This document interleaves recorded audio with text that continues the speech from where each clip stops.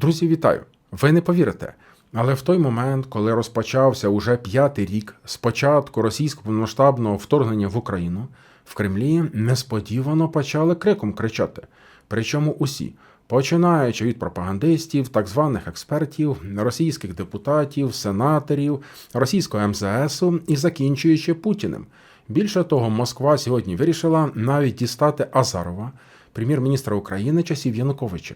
Що відбувається? Давайте розбиратися та розпочнемо з того, що безумовно сьогодні однією з найтоповіших тем сьогоднішнього дня в міжнародних ЗМІ є повідомлення про те, що Україна вступає у 5-й рік Великої війни, бої, повітряні атаки, переговори. Звісно, сьогодні міжнародні ЗМІ активно цитують заяви президента України Зеленського про 4 роки і як Путін бере Київ за 3 дні. Також ще важливо, що сьогодні Зеленський вперше показав бункер і запросив Трампа. І добре, що президент України Зеленський на це пішов, і про це повідомляють активно міжнародні ЗМІ. Це важливо, щоб у світі звернули увагу на те, що російська агресія повномасштабно не припиняється і що вже 5-й рік пішов. Також ЗМІ пишуть про війну у цифрах, як змінилася Україна за 4 роки вторгнення Росії і загалом про втрати російської окупаційної армії та про інше. Про це в цілому я говорив у попередньому випуску. Хто не дивився, обов'язково подивіться. Посилання буде як в описі під цим відео, а також у першому закріпленому коментарі. Важливо, що сьогодні американське видання Bloomberg повідомило, що Сполучені Штати Америки прагнуть закінчити війну Росії та України до свого Дня Незалежності, до 4 липня цього 2026 року. Одразу виникає таке питання, а на що це сподівається Трамп? Як взагалі він планує до 4 липня, особливо дивлячись на сьогоднішні заяви з Кремля? Адже сьогодні Пєсков в районі обіду рівно о 13:00 заявив, що цілі так званого СВО ще не досягнуті. І загалом щодо цілей російської агресії, так званого СВО, російське видання, наприклад, «Комерсант» сьогодні пишуть, що росіяни не знають, а які ж є цілі. І дійсно, Путін, він їх не окреслював. І як пишуть російські ЗМІ про те, що для росіян сьогодні ціль – це так звана непоразка Росії. Тому що поразка Росії може призвести до розвалу Російської Федерації і що буде гірше, ніж в 90-х. Ось таке думають росіяни, а які так звані цілі, так зване СВО Путіна, росіяни самі не розуміють. Водночас, Пєсков при цьому заявив, що у Кремлі бачать так званий намір Парижу і Лондона передати Києву ядерну зброю.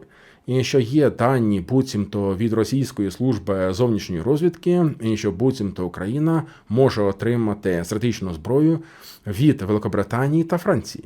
І одразу після цього на Росії почалося, лунають заяви з Державної думи, в першу чергу від спікера Володіна, який кричить про те, що передача Києву ядерної зброї стане злочином. Лунають логічні заяви з Ради Федерації від Матвієнко, багатьох сенаторів. Крім того, пропагандисти цитують експертів, наприклад, так званого експерта Кісельова, що передача Києву ядерної зброї порушить Північно-Атлантичний договір. Крім того, дістали Азарова. Азаров почав кричати, що передача Києву ядерної зброї може призвести до Третьої світової. І Азаров почав верещати, що буцімто Київ використає ядерну зброю, якщо вона до нього потрапить, що можлива Третя світова.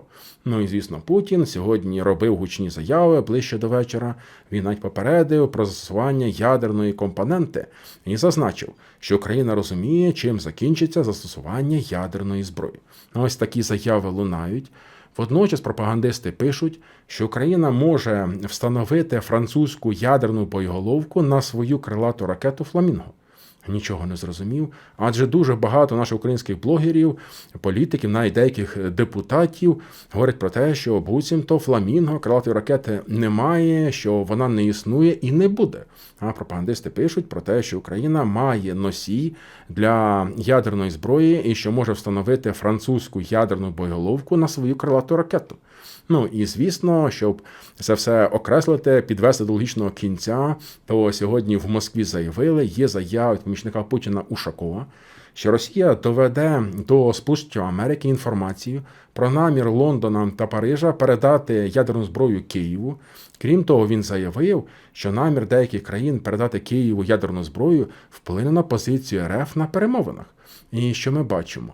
Ми бачимо те, що з одного боку Росія намагається шантажувати ядерною зброєю, піднімає крики, такі гвалт, хоча, якщо так розібратися, навряд чи на це піде Франція, Великобританія. Ну, насамперед мова йде, звісно, про Францію, тому що у Великобританії американська ядерна зброя. Крики стоять, погрози, що Росія взагалі може вийти з перемовин. Це робиться спеціально, Путін всіляко затягує час. Однак щодо такої потенційної передачі ядерної зброї Україні, ядерних боєголовок, насправді це вирішило цей конфлікт, і Москва тоді цілком можливо припинила б цю агресію, тому що є у світі такі прецеденти, наприклад, війна між Індією і Пакистаном. Ця війна тривала десятиріччями до того моменту, поки Індія та Пакистан вони не створили свою ядерну зброю. І як пишуть міжнародних ЗМІ, що допомагали і Індії, допомагали Пакистану, і після цього лише періодично певні конфлікти. І загалом, щодо ядерної парасольки для Європи, нещодавно, а саме вчора, пролунала заява від прем'єр-міністра Польщі Туска, який вважає спільне ядерне стримування в Європі цікавою ідеєю на тривалу перспективу. І в цілому Європа зараз в цьому плані рухається. Нещодавно були заяви, тиждень тому трохи більше, на Мюнхенській конференції з безпеки від Мерца, який сказав прямо, канцлер Німеччини, що він обговорював створення ядерного щита з президентом Франції Макроном, поки ці такі обговорення йдуть на початкових етапах.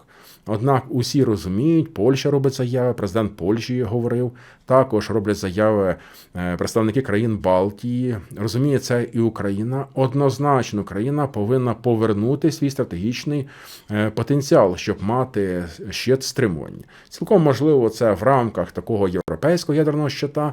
У будь-якому разі до цього все має дійти. При цьому Медведєв сьогодні знову погрожує. Він сьогодні заявив, що російським солдатам не треба візи, щоб потрапити до країн Європи.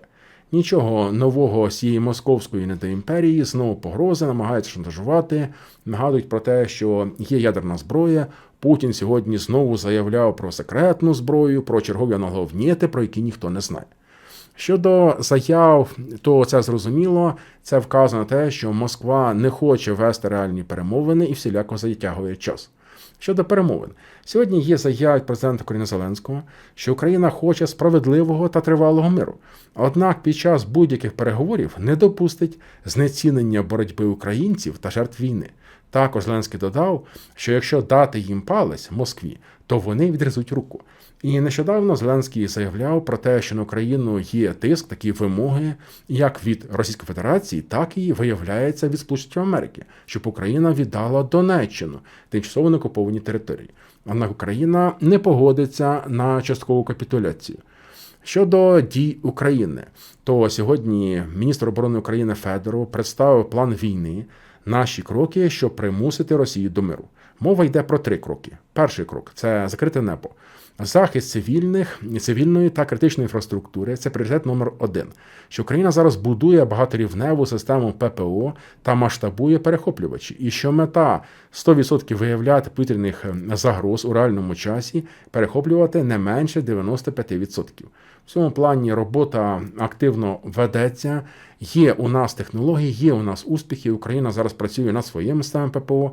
Однак зараз велика проблема з балістикою. Вчора президент України Зеленський повідомив про те, що, вірніше сьогодні, що Україна 2 дні тому отримала чергову партію ракет до систем ППО, в тому числі і перехоплювачі для Петріотів. Однак в цілому 80% території України не мають захисту від балістики. Тому в цьому плані потрібно ще працювати, на жаль, потрібно ще немало часу, щоб закрити небо майже на 100%. Другий пункт плану – це зупинити ворога на землі, в морі та у кіберпросторі.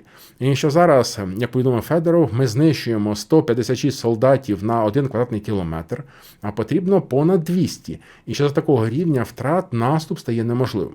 І третій пункт – це позбавити Росію економічного ресурсу воювати. Мова йде про посилення санкцій, координація з партнерами, спільні дії в морі, стратегія протидії тіньовому флоту. Ну і, звісно, наші удари, наші українські санкції. І загалом щодо ситуації, щодо наших ударів, сьогодні Генштаб ЗСУ повідомив про ураження низки об'єктів військ РФ на окупованих територіях. і що зазначив, застосовували і американські балістичні ракети «Атакмс». І це значить, що у нас був певний запас цих ракет, однак Україна притримувала їх до часу Х. Проте зараз у нас є крилаті ракети «Фламінго», і зараз Україна нарощує їх виробництво, тому щодо «Атакмсів» Україна також має виробництво і своїх балістичних ракет. На жаль, це виробництво не таке великосерійне, як би хотілося, хоча систематично Україна застосовує. І є дуже добра новина щодо масового виробництва. Мова йде про дрони FP2 української компанії Firepoint. Я про це говорив у деяких випусках і говорив про те, що це дуже сильно може вплинути на ситуацію на полі бою. І сьогодні з'явились чергові новини. Роберт Мадяр, командувач Сил безпілотних систем Роберт Броуді, повідомив у Фейсбуці, що птахи Сил безпілотних систем вполювали в ніч на 24 лютого ураган, Бук, Панцир, Малахіт, РСЗВ, ЗРК, РЛС та іншу зброю. І причому це все цінна дуже зброя. Декілька систем ППО, радіолокаційні станції, системи залпового вогню, і це уже котрий день поспіль. І це все дрони FP2. І зараз ці дрони, які мають дальність до 300 км, 200 км одна модифікація, 60 кг вибухова частина, друга модифікація до 300 км, вибухова частина 105 кг. Це реально зараз значно вплине на ситуацію на полі бою. Це так само, як, на жаль, у 2023 році окупанти били ланцетами своїми безпілотниками, били по наших зенітно-ракетних комплексах. На жаль, це також вплинуло на ситуацію на полі бою у 2023 році. Зараз Україна має значно потужнішу зброю, ніж російські ланцети, значно далекобійнішу, і вага бойової частини, не так як у ланцета декілька кілограмів, а 60 кілограмів, 105 кілограмів. І зараз кожного дня майже дуже добрі новини. Тому очікуємо ще добрих новин. Друзі, а закінчимо цей випуск на такій ноті. Сьогодні наші українські ЗМІ з посиланням на посадовця ЄС, наприклад, видання РБК Україна, повідомляють, що Європейський Союз вже цього тижня схвалить рекордну позику Україні на суму 90 мільярдів євро, попри позицію угорського прем'єра Орбана, що є шляхи Європейської комісії загалом у керівництва ЄС обійти орбанівське вето. Нам ці гроші дуже необхідні, і насправді це не зовсім позика, це фактично грант для України, тому очікуємо добрих новин. Друзі, ну а на цьому все. Дякую вам за увагу, дякую за те, що дивитеся українське. Свої думки, як завжди, пишіть в коментарях, і до нових зустрічей в етері.